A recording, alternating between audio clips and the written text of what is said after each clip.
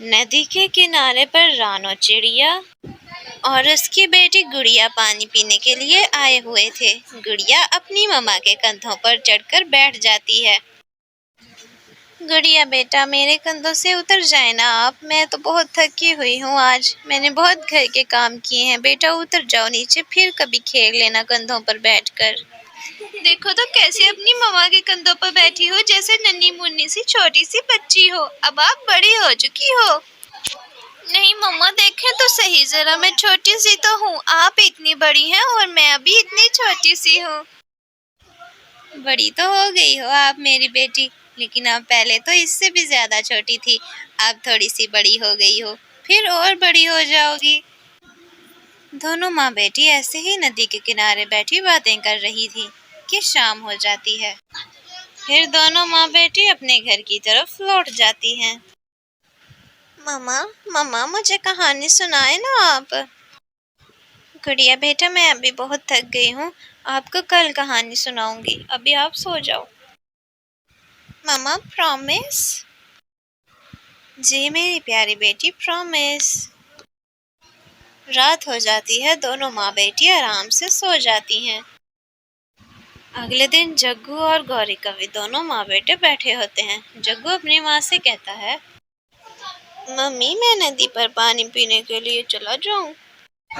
हाँ मेरे जग्गू बेटे, चले जाओ, लेकिन जल्दी वापस आ जाना। तुम्हें पता है ना, मैं अपने बेटे के बगैर एक मिनट भी नहीं रह सकती। जग्गू वहां से नदी पर जाने के लिए निकल जाता है। जग्गू जब नदी पर पहुंचता है तो वहां गुड़िया भी होती है। अरे गुड़िया, तुम भी यहाँ पर आई हो पानी पीने के लिए नदी पर? हाँ जग्गू, मैं अभी आई थी यहाँ नदी पर और यहीं पर खेलने लग गई, क्योंकि मुझे यहाँ पर खेलना बहुत पसंद है। गुड़िया, तुम्हें पता है कि ये नदी कहाँ से आती है? हाँ मुझे पता है, मेरी मम्मा ने मुझे बताया था कि ये नदी पहाड़ों के बीच में से होकर आती है। जहाँ से ये नदी आती है पहाड़ों के बीच एक झरना भी है। चलो हम दोनों चलकर वो झरना देख कर आते हैं। नहीं जग्गू, मैं तुम्हारे साथ कहीं नहीं जाऊंगी। मुझे मेरी मम्मा ने तुम्हारे साथ खेलने से मना किया है। क्यों जी, तुम्हारी मम्मा ने मेरे साथ खेलने से मना क्यों किया है तुमने? मैंने क्या किया ऐसा? मेरी मम्मा कहती है कि तुम अच्छे परिंदे नहीं हो और तुम चोरियां भी करते हो, इसलिए मैं तुम्हारे साथ कहीं नहीं जाऊंगी। गुड़िया के इतना कहते ही जग्गू को तो बहुत गुस्सा आ गया और जग्गू गुड़िया से कहने लगा, क्या कहा तुमने? चोरियां करता हूँ मैं? अभी बताता हूँ तुम्हें। बड़ी आई मैडम कहीं की, मैं बताता हूँ कौन चोरियां करता है। जग्गू गुड़िया को मारने के लिए आगे बढ़ता है, लेकिन पत्थर से जग्गू का सर टकरा जाता है और जग्गू के सर से खून निकलने लग जाता है। ये देखो गुड़िया, तुम्हारी वजह से क्या हो गया, मेरा सर फट गया और खून निकल रहा है। जग्गू, ये सब मेरी वजह से नहीं हुआ, मैंने तुम्हें कुछ नहीं कहा। तुम मुझे खुद मारने लगे थे और तुम्हारा सर पत्थर से टकरा गया, इसमें मेरी क्या गलती है? अब चलो जल्दी, मैं तुम्हें तुम्हारे घर तक छोड़ आती हूँ। कोई जरूरत नहीं है, मैं खुद ही चला जाऊंगा और जाकर अपनी मम्मा को भी बताऊंगा। अरे जग्गू मेरे बेटे, ये तुझे क्या हो गया? तू तो नदी पर पानी पीने गया था मेरे बेटे, ये तुझे सर पर चोट कैसे लग गई मेरे बच्चे? बताओ तो सही मुझे, तुझे हुआ क्या है? बोल मेरे बेटे, ये चोट कैसे लगी तुम्हें? माँ, मैं तो नदी पर पानी पीने ही गया था, लेकिन वहाँ पर छोटी चिड़िया की बेटी गुड़िया ने मेरे सर में पत्थर मार दिया। मैंने तो गुड़िया को कुछ कहा भी नहीं था। अरे बस चुप कर मेरे प्यारे लाडले जग्गू, मैं अभी जाकर उस छोटी चिड़िया की बेटी को पूछ कर आती हूँ, उसकी हिम्मत कैसी हुई मेरे बेटे को मारने की। मैं उसे नहीं छोड़ूंगी। तू बस बच्चे परेशान न हो, यहीं पर रुकना, मैं उसको अभी सबक सिखा कर आती हूँ। गौरी बहुत गुस्से में आकर चिड़िया के घर की तरफ जाती है। ए रानो चिड़िया की बच्ची, तेरी बेटी ने मेरे जग्गू बेटे को मारने की कोशिश की है। मैं इसका मुंह तोड़ दूंगी, इसने मेरे बच्चे का सर फाड़ दिया है। जैसे इसने मेरे बेटे को चोट पहुंचाई है, मैं इसका बदला इससे लेकर रहूंगी। देखो बहन, मेरी बेटी ने मुझे सब बता दिया है। मेरी बेटी की कोई गलती नहीं, इसमें कसूरवार तुम्हारा बेटा है। वो मेरी बेटी को मारने वाला था और खुद ही जाकर पत्थर से टकरा गया। इसमें भला मेरी बेटी की क्या गलती हुई? अरे तुम तो बस ही करो रानो चिड़िया, तुम तो अपनी बेटी की ही साइड लोगी ना। लेकिन तुम इतनी बात याद रखना, जितना दुख तुमने और तुम्हारी बेटी ने मुझे और मेरे बेटे को दिया है, उतना ही दुख मैं तुम्हें दूंगी। याद रखना, मैं तुमसे बदला लेकर रहूंगी चिड़िया। गौरी रानो चिड़िया को धमकी देकर वहां से चली जाती है। जैसे कैसे रात गुजरी और आखिरकार सुबह हो चुकी थी। गुड़िया बेटा, आप घर पर ही रहना, मैं दाना लेकर शाम तक जल्दी वापस आ जाऊंगी। मामा, मैं भी आपके साथ दाना लेने चलूंगी। अब मैं बड़ी हो गई हूँ ना, तो आपके साथ जा सकती हूँ। जी मेरी प्यारी बेटी, आप बड़ी तो हो गई हो, लेकिन आपको पता है ना कि गौरी कभी बहुत गुस्से में है, इसलिए आप कुछ दिन घर में ही रहो। कहीं वो आपको देखकर दोबारा गुस्सा न करे और आपको कुछ कर न दे, इसलिए बोला बेटी आप घर में ही रुको।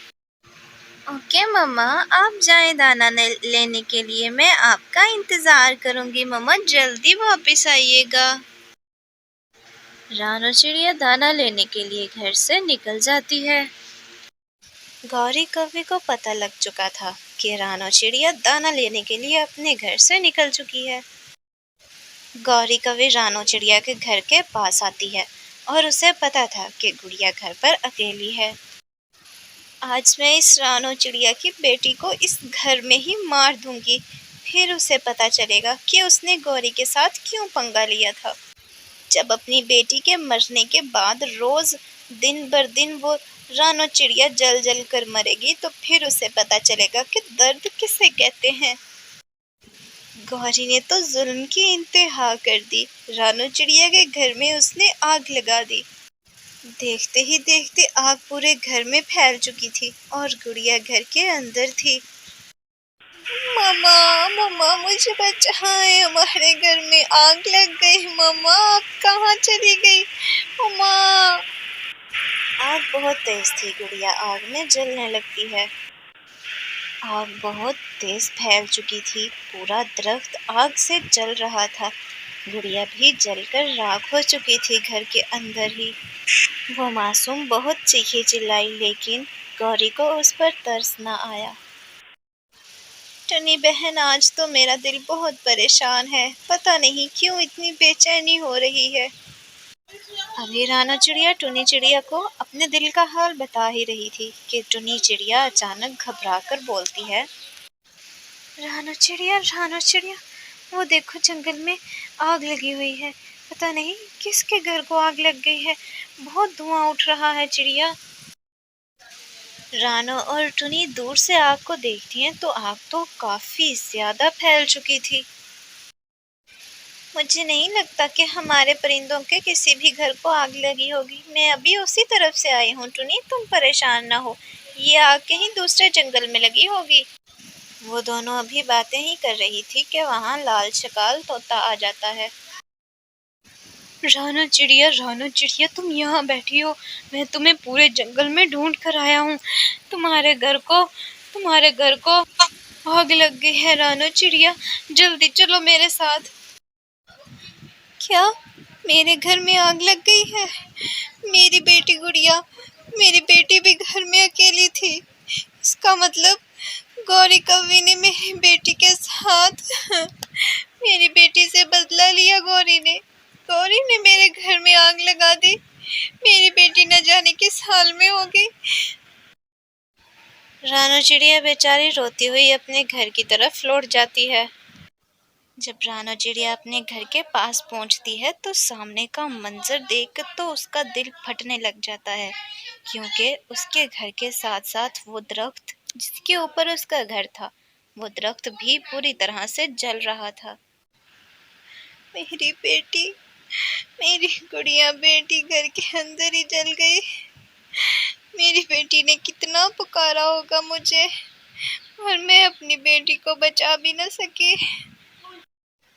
टुनी चिड़िया रानो को अपने घर ले आई थी, लेकिन रानो हर वक्त अपनी बेटी की याद में आंसू बहाती रहती और बहुत बीमार रहने लगी थी, क्योंकि कुछ खाती पीती भी नहीं थी।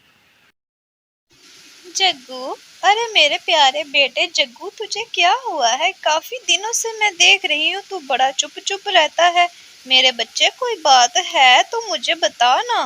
तू ऐसे चुप चुप मुझे अच्छा नहीं लगता बेटे। माँ, माँ, मैंने आपसे झूठ बोला था।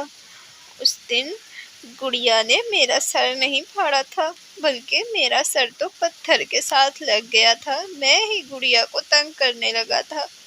माँ, मैंने आपसे डरते हुए झूठ बोल दिया था।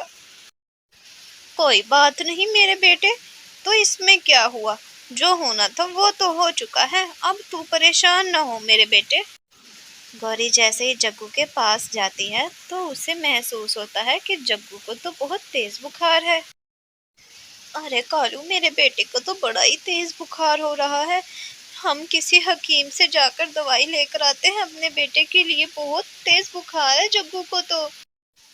ठीक है गौरी, फिर तुम यहीं रुको, मैं जाकर दवाई लेकर आता हूँ जग्गू के लिए। नहीं कालू, मैं तुम्हें अकेला नहीं भेजूंगी। बाहर तूफान बहुत तेज है, मैं तुम्हारे साथ चलूंगी। जग्गू मेरे बेटे, तू घर पर आराम कर, हम दोनों जाकर अभी तेरे लिए दवाई लेकर आते हैं। शाम का वक्त था और बहुत तेज तूफान था, लेकिन गौरी और कालू अपने बेटे के लिए दवाई लेने जा रहे थे। हकीम जी, जल्दी से दवाई दे दो, मेरे बेटे जग्गू को बहुत तकलीफ है, उसे बहुत तेज बुखार है। तुमने जो रानो चिड़िया की मासूम बेटी के साथ किया, मेरा दिल नहीं करता तुम्हारी मदद कर दूं, लेकिन क्या करूं, हकीम हूं ना, किसी को तकलीफ में नहीं देख सकता तुम लोगों की तरह। तुम्हारे बेटे के लिए दवाई मैं दे ही देता हूँ। वो दोनों हकीम से दवाई लेकर अपने घर की तरफ लौट जाते हैं। तूफान की वजह से गौरी के घर पर आसमानी बिजली गिरती है और बिजली गिरने की वजह से उसका घर जल जाता है। गौरी और कालू खड़े ये सारा माजरा देख रहे थे। घर में आग लगने की वजह से जग्गू भी घर के अंदर ही जलकर मर गया। अरे मेरा बेटा जग्गू, जग्गू आग में जल रहा है। कालू, हमारा बेटा मर गया।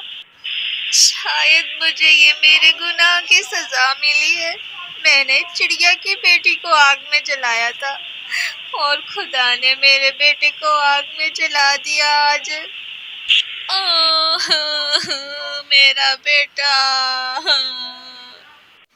और इस तरह गौरी कवि को उसके किए की सजा मिल गई। उसने रानो चिड़िया की बेटी को जलाया, खुदा ने गौरी के बेटे जग्गू को आग में जला दिया। तो गौरी ने जैसा किया उसको बदले में वैसा भुगतना भी पड़ा। जैसा करोगे वैसा भरोगे।